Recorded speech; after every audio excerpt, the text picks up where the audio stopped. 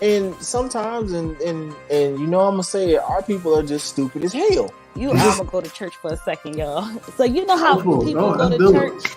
You know how people go to church and they become people. Right. And we vote for these black leaders, and we feel good about it because we feel they understand us, and then we send them to the state capitol to represent us. But there's 50 seats there. We've had to hide. We've had to hide behind our uniforms, police uniforms. We've had to hide behind our executive suits. But when Trump came out, when Trump became so vocal, it gave us the ignition to come out and show who we really are. Racist. And you can see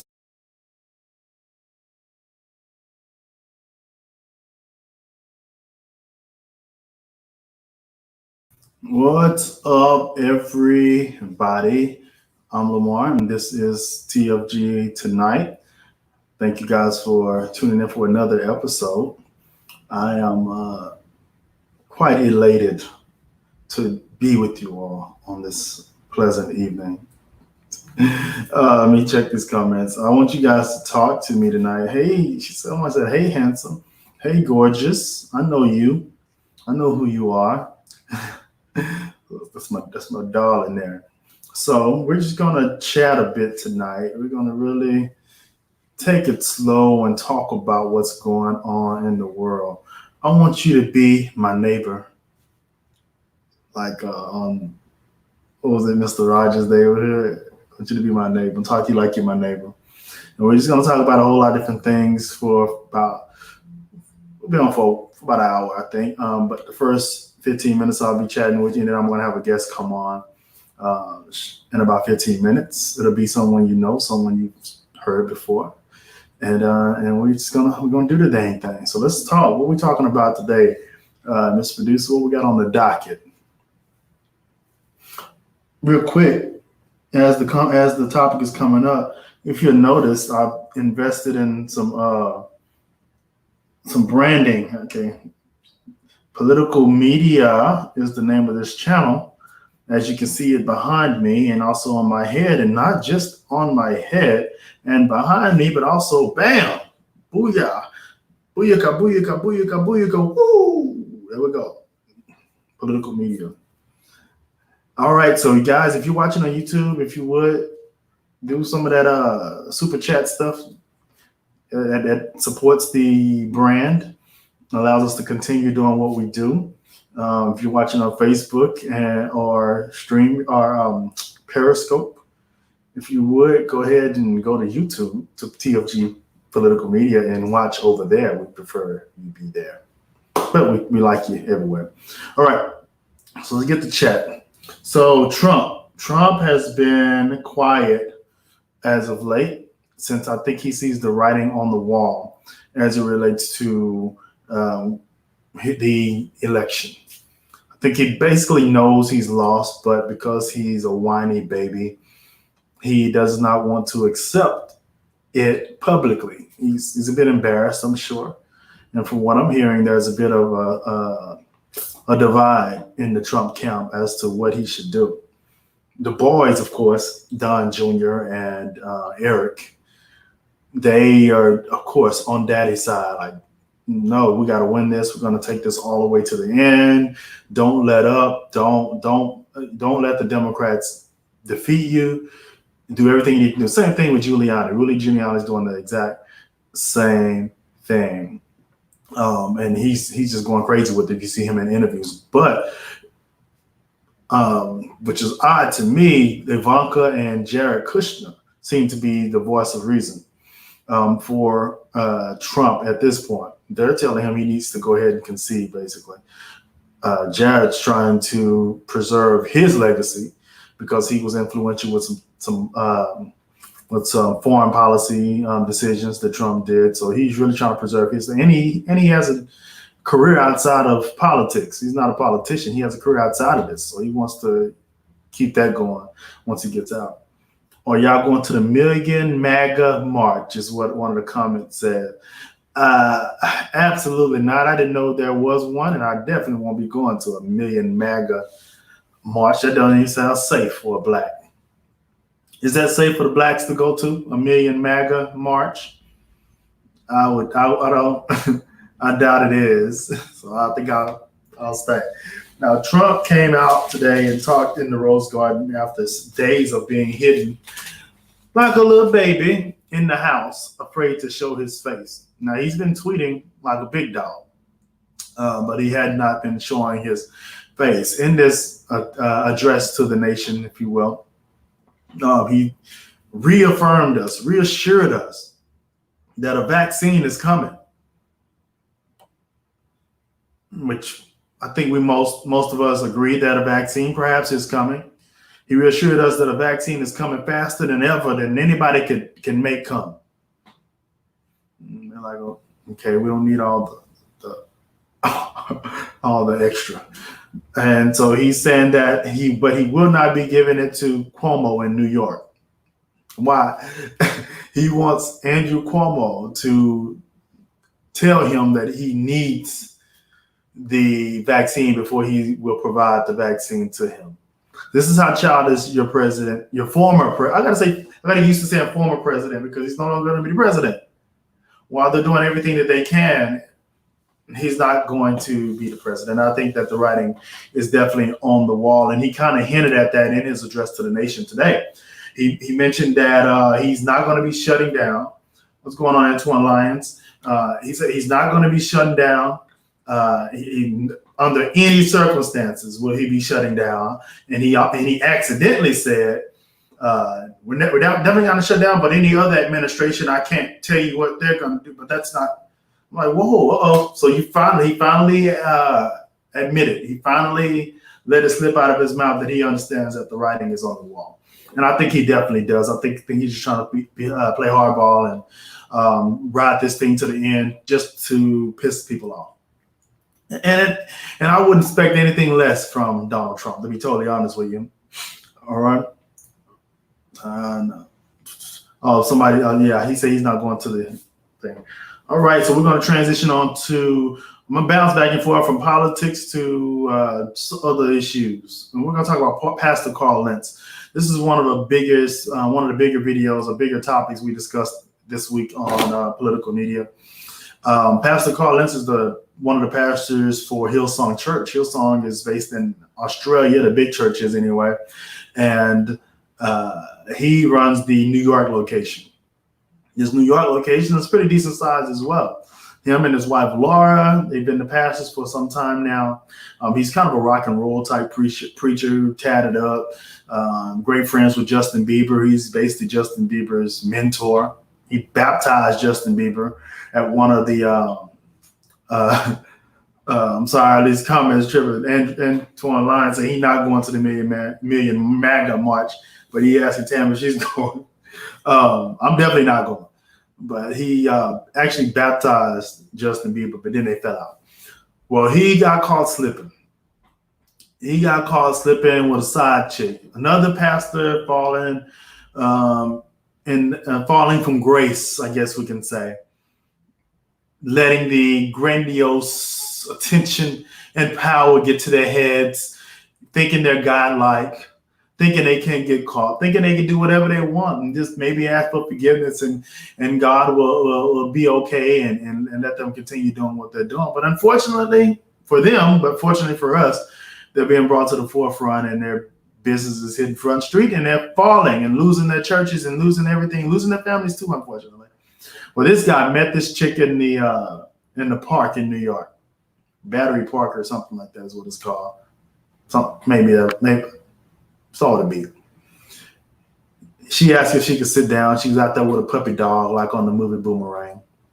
He said yes. They talked for a while, and when they were leaving, they left together walking. And she asked for they exchanged numbers, and he put the number in his phone, but not in the contacts. He's a player, so he's a little smarter than that. He put it on the little notepad part of the phone, and they connected. And they began talking. He went to her house a couple of days later, sat on the couch, chatted a taste, put his hand on her thigh, talked a little bit more, and based on the side chick, who's a designer in New York. They had a sexual relationship that lasted for months. And that sexual relationship, that sexual relationship got very deep to the point to where they fell in love with one another, according to the side chick.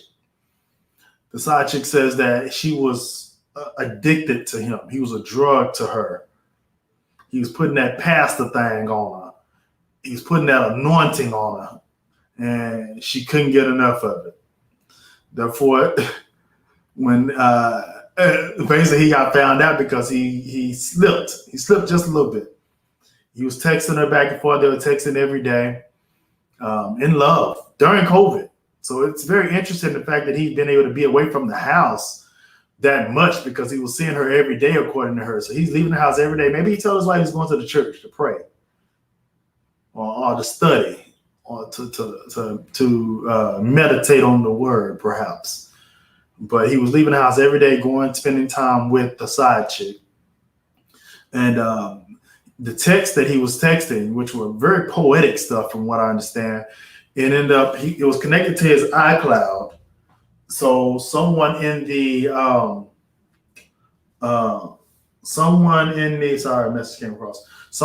church in the office saw the messages come up on his computer. His wife saw him on the computer, and boom, everything hit the fan. Right, Brittany, he got sloppy and got caught. Thought he was above. He thought he was godlike. I guess he thought he couldn't get caught, but there we go. He got caught. In getting caught, he chose to try to get ahead of it and let everyone know on social media that he stepped out on his wife and what have you. But the church issued a statement as well saying that he was fired he had a moral failure.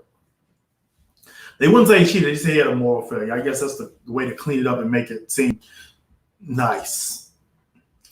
So that story is developing. There's supposed to be more to the story. I can't wait to hear it because these stories are pretty juicy. I don't care that it's a pastor.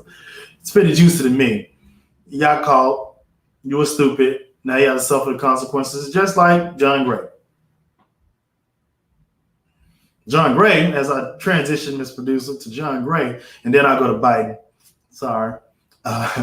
John Gray posted a message on his Instagram, basically saying that he wants to publicly honor his wife, Avatar. Her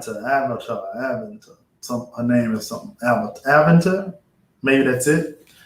Because he's embarrassed her so by cheating on her, by putting his side chick, this is another pastor, by the way, putting his side chick up in the same hotel as him and the family when they traveled. Going from room to room, perhaps. I'm thinking going from room to room.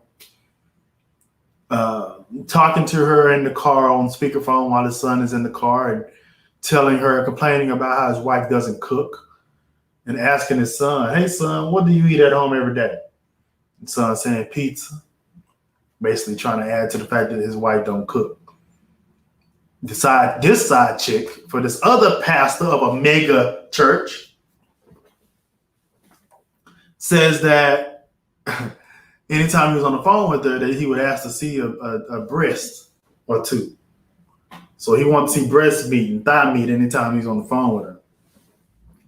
However, in his message on Instagram, he swears up and down that he's never had sex with anyone but his wife. How many believe that? Who in the comments believes that? Anyone believe that? I don't believe it even by a little bit. I think it doesn't even sound believable. You're almost 50 years old and you want to tell me, you want me to believe. Now, it's very powerful. Now, at the look of him, if you see him, he's kind of built like the guy on The Incredibles, I think it is, the one that's big top heavy with a little bit of legs. So based on looks, perhaps that might have some truth. No, I doubt it. I don't believe it. I don't believe one bit that he's only slept with his wife. It sounds good. It sounds good while you're trying to honor your wife publicly since you've embarrassed her in front of the world by being caught 2 to 3 times, cheating on her. Absolutely not. Brittany, his wife believe? I guess she does. You know what? Actually, I heard that she's not even in South Carolina where he is anymore. Dr. Evil. That's who it is, Dr. Evil. So yeah, he built like Dr. Evil. I wish I had a photo. I got a photo. I got a photo of him. I don't think I do. Next time I have a photo on here of him. Yeah. But that's what he built like. But I heard that she's in Houston, actually, where they're from. Because, remember, he used to be one of the ministers at Lakewood Church, Joel Osteen. So I hear that she's actually back in Houston now most of the time rather than where he is. I think she's done with him. I think she's staying around now for the sake of for optics, maybe. I don't know. Or money. She's the first lady. I don't know. But right after he posted in that message, he also said that he had stepped down some months ago. But what's odd is that I haven't seen him step down. And the very next day, he preached in the church. These pastors. All right, let's go on to Joe Biden. Can we call him President Biden now? I believe we can. I want to call him President Biden. President Biden is, honestly, I think he's doing a great job. He's handling this whole situation very well. What situation? The situation of a former president that refuses to step down.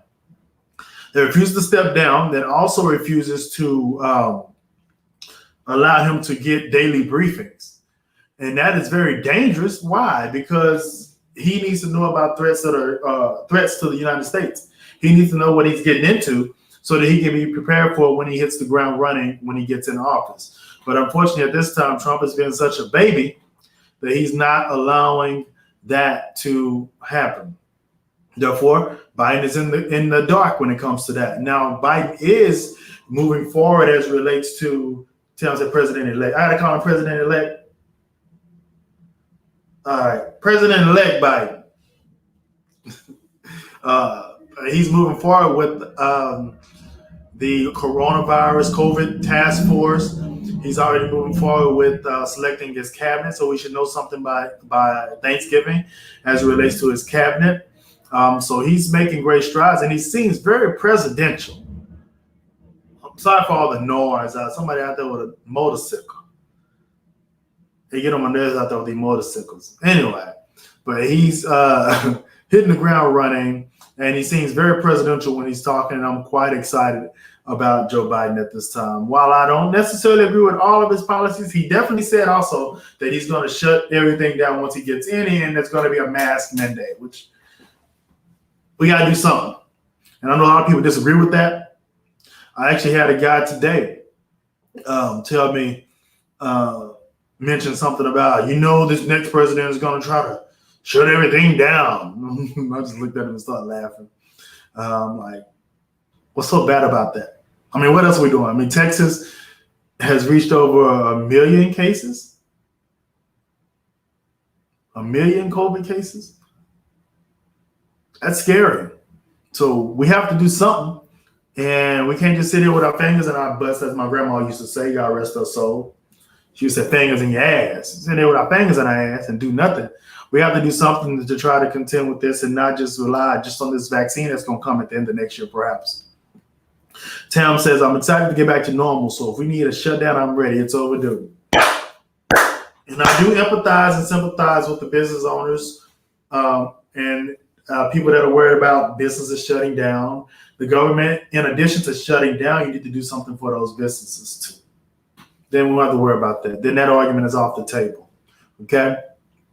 One more thing on Biden, and then I'll move to the next thing. And then my guest will probably be coming on shortly. There he is. Actually, let's go and bring my guest on now, and we get the chat together.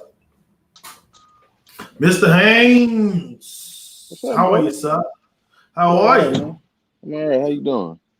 Excellent. Just sitting there chatting a bit, with the audience, talking about all these shenanigans that's transpiring in our world. Yes, sir. Got a lot happening. I was talking a little bit about Trump and Biden.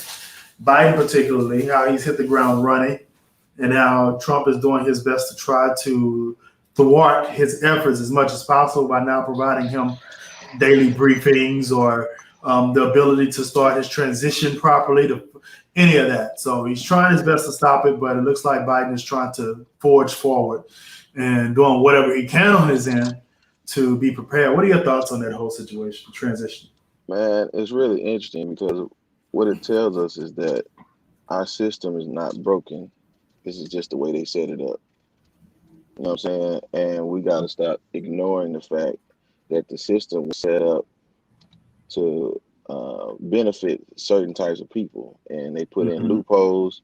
I mean, who has a division that stops you from getting money to go ahead and get started with what you've already won, but they say no, he got to sign off on it.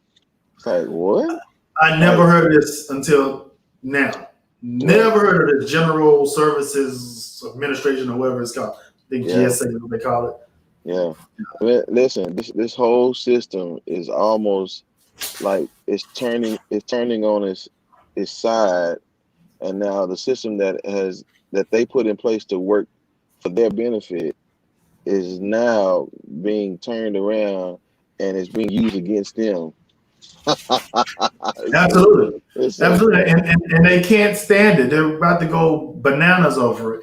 And Giuliani's a good representation of that. He's going crazy every time he does a press conference or every time he's interviewed because he's so upset to the point to where he's saying dead people voted in some states. And you know what's so crazy? You know what's so crazy about that? Most of these that they're talking about, like they have legitimate ones, but they're military people who just got killed being over the fighting. Yeah. And so they're telling the truth that they saying that dead people are still being able to vote, but some of them just died.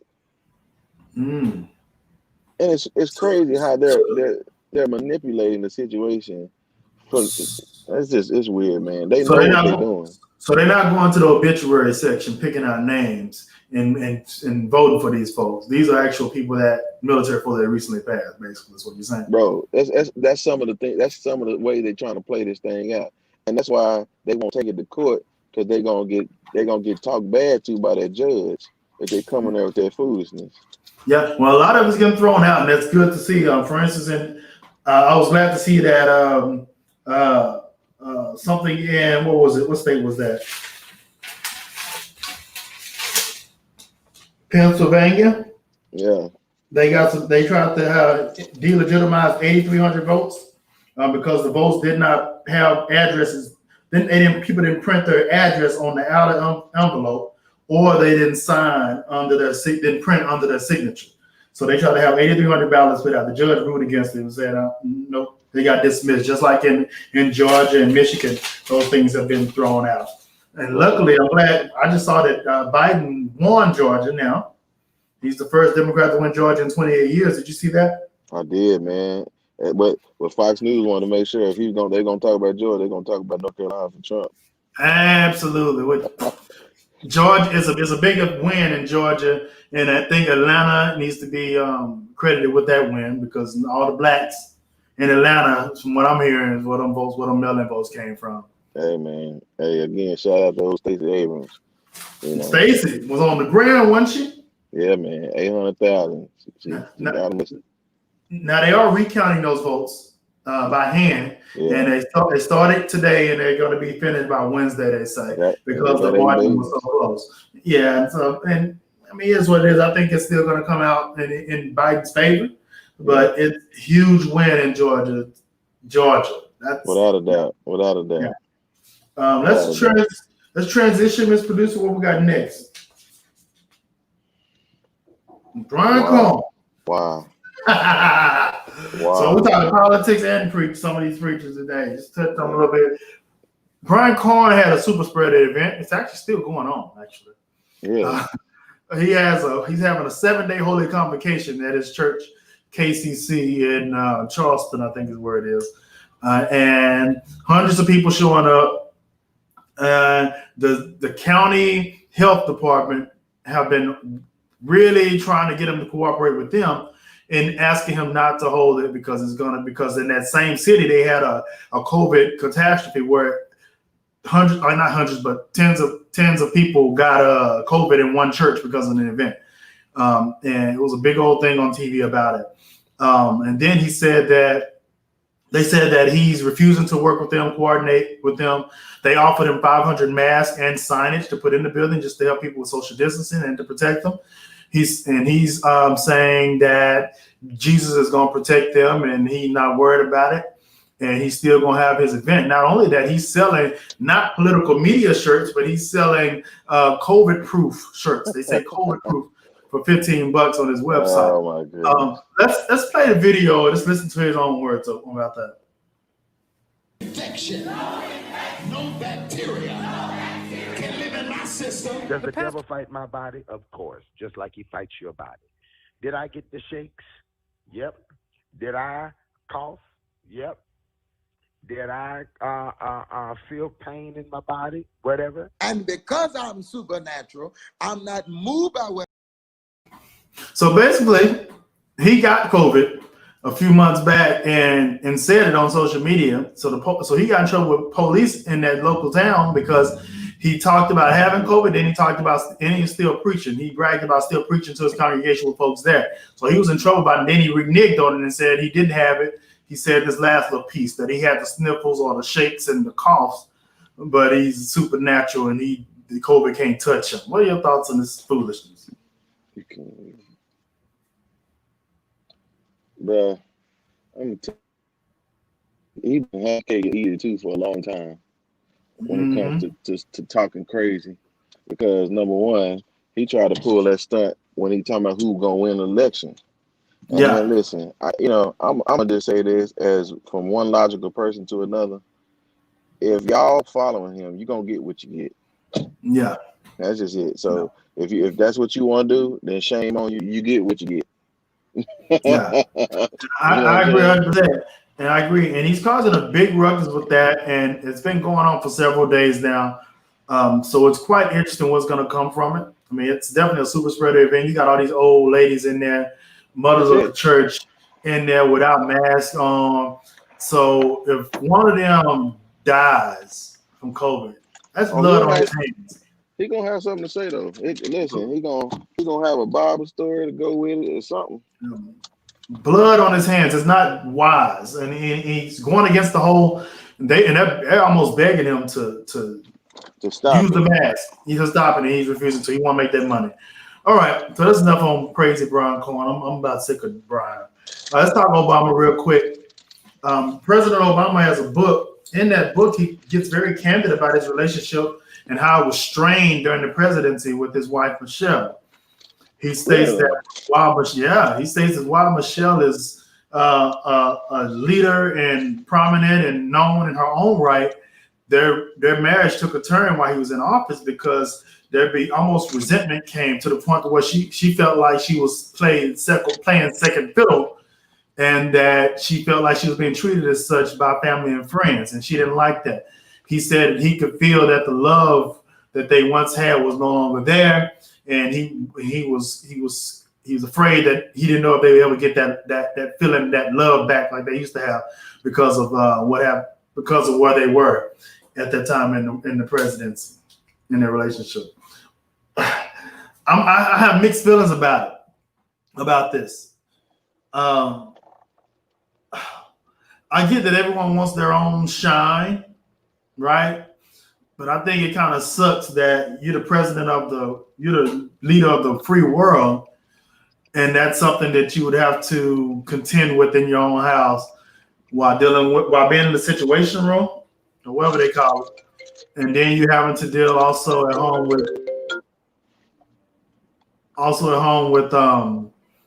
a partner that, while they're happy for you, they're also almost in competition with you, it seems, because she feels like she's second fiddle. Is it still the same as, he's the president. What are your thoughts on that?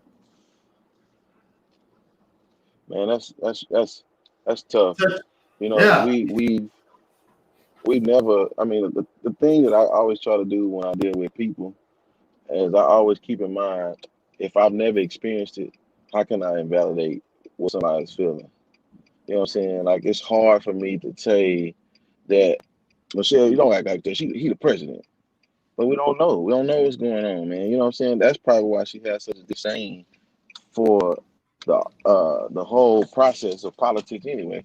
You know what I'm saying? Like, she would have easily, hands down, had a career in politics as she kept going. Easily. I mean, she'd have just been just like Hillary. But whatever that was, I believe it, because that's how adamant she is about not getting involved in it anymore. Like, she's done with it.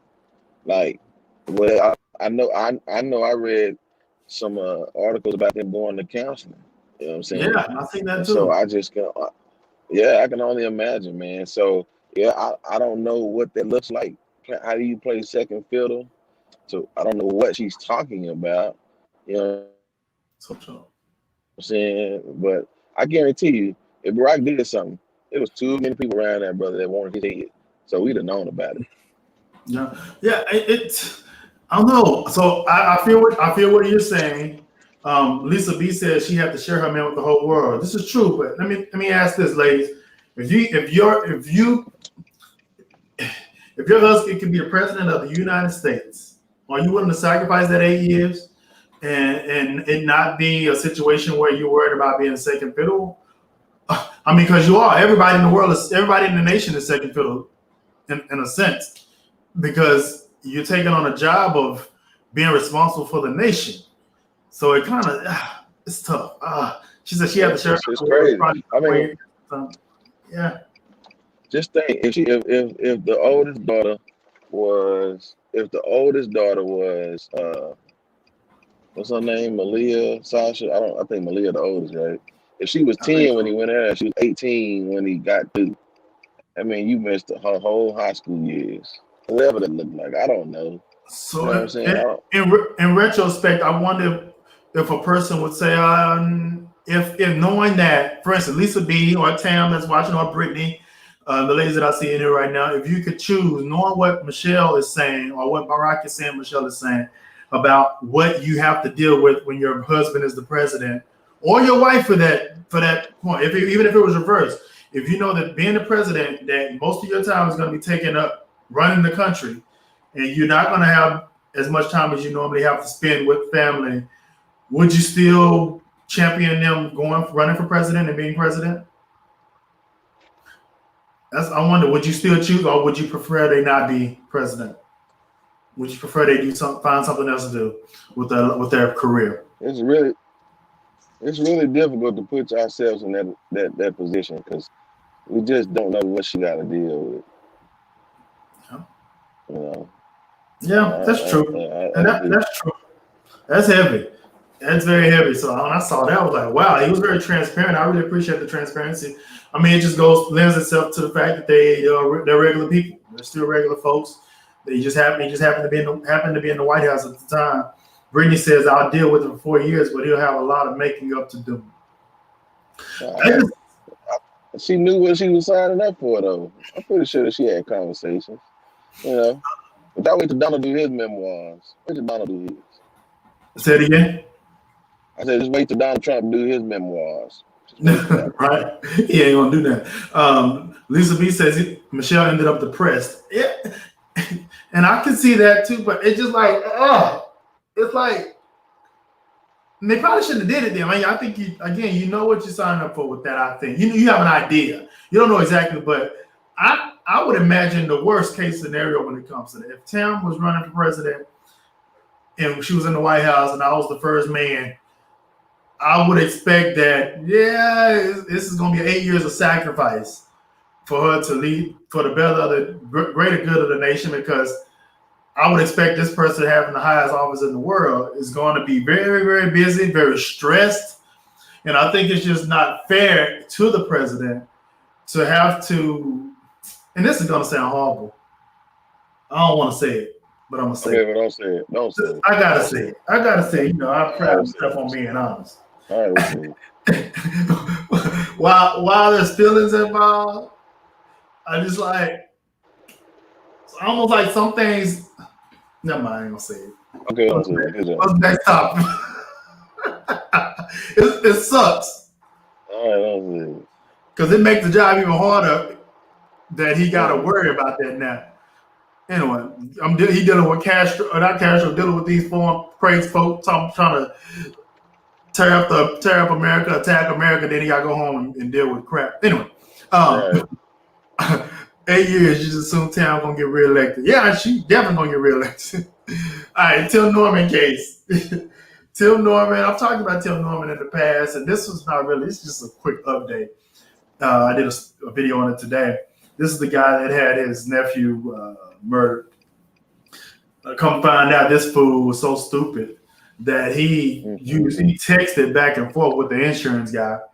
The insurance guy is so stupid. He texted back and forth. They planning the whole insurance fraud of him acting like the nephew to get his nephew on insurance, rather than putting his nephew on a policy. He's acting like he's a nephew, putting himself on policy because they call it and he planned it 2 years prior. Oh man, 2 years prior.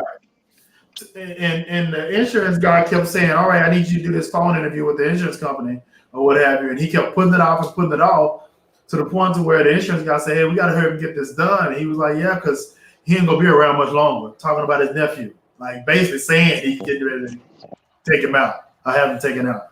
So that's just a whole sucky situation. That's the quick update on that. Also, there's a fourth person that's been indicted as well in that case. They have text messages and phone records of. So, and this guy was paid $5,000. His name is Travell something or another. So there's a developing story. More come out soon, and I can't wait to find out more. We don't know who the gunman is just yet. What we got next? We got anything else, or what that is? Oh, Kenneth Copeland, apologize. Let's play the bean footage. Hello, everybody. I'm Kenneth Copeland. Matthew. Jesus said, thou shalt love the Lord thy God with all thy heart, with all thy soul, and with all thy mind. And I do. This is the first and great commandment, and the second is like unto it, thou shalt love thy neighbor. I prayed that on her this morning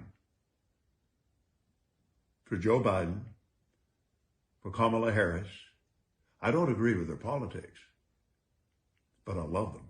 I want you to know that should it be necessary, I apologize if that came across that way, because I love the Lord my God. Was that an apology? Will that suffice? It depends on who the audience was. Somebody catch that tomorrow, right? So I don't know who he was talking to, but it wasn't us. Right? He wasn't talking to us.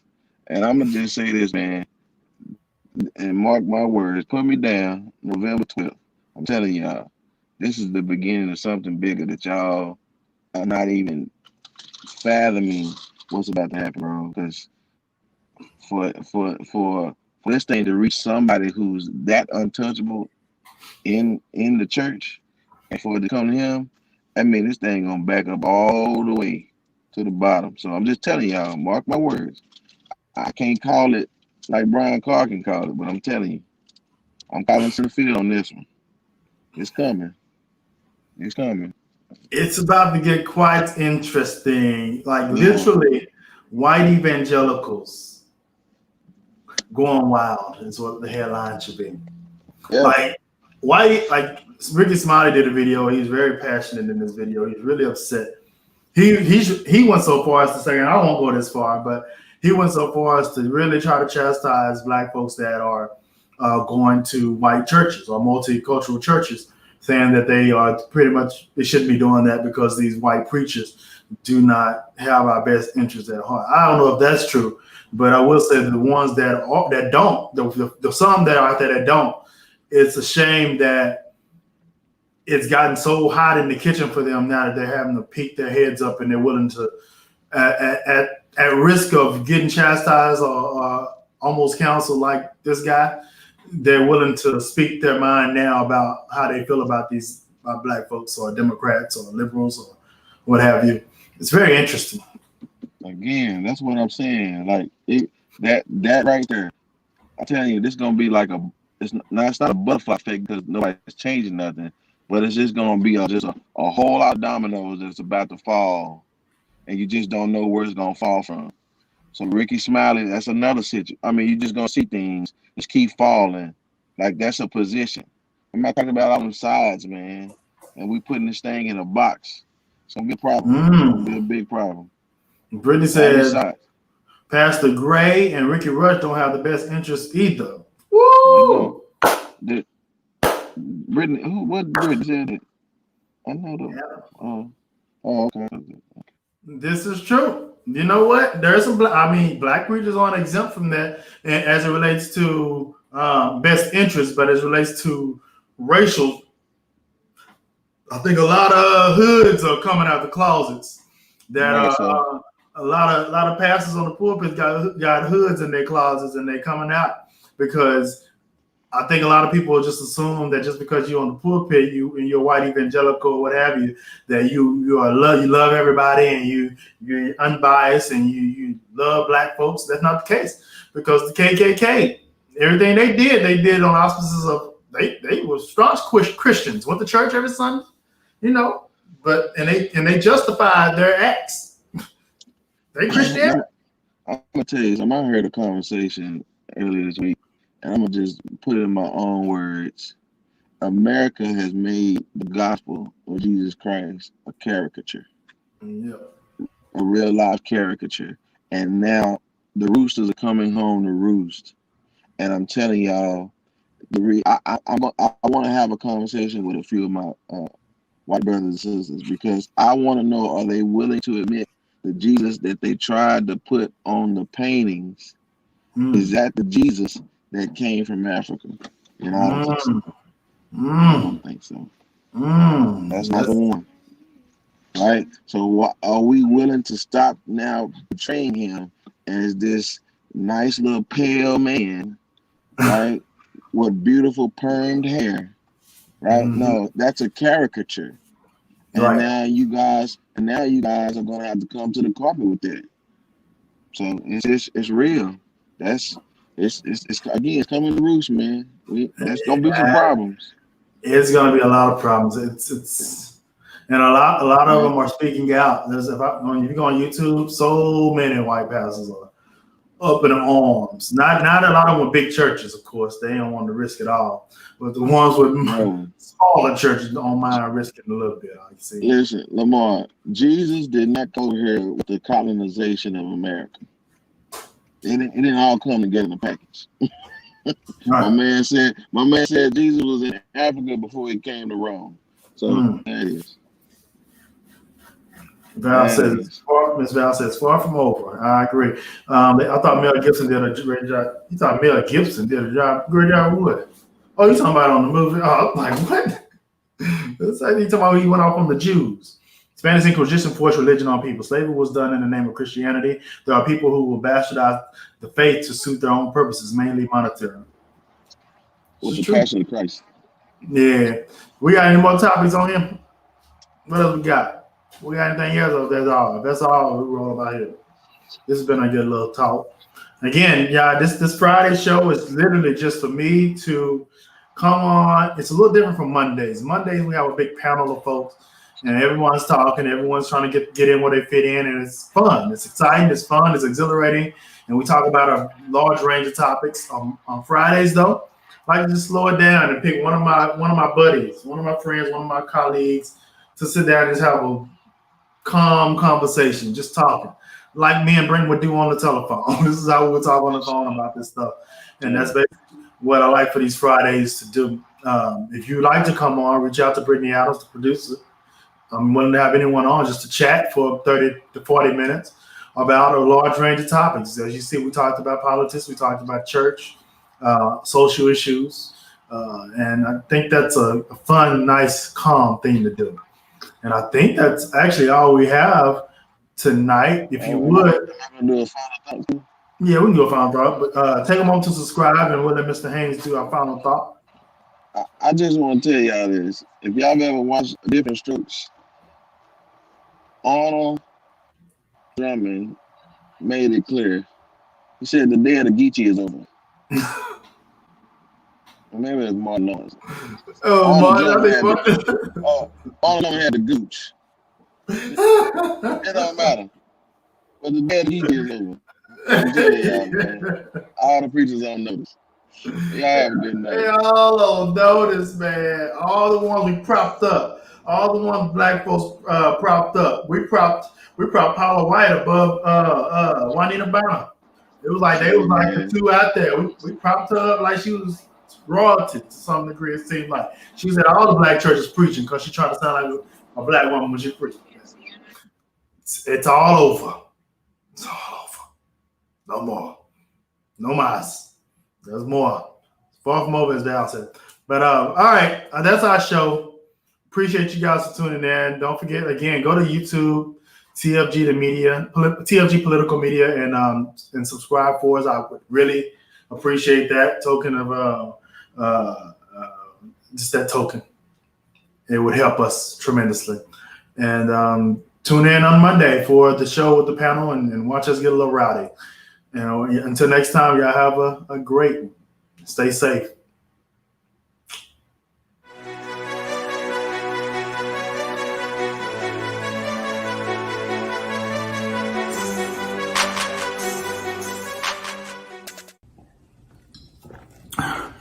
They don't care about you.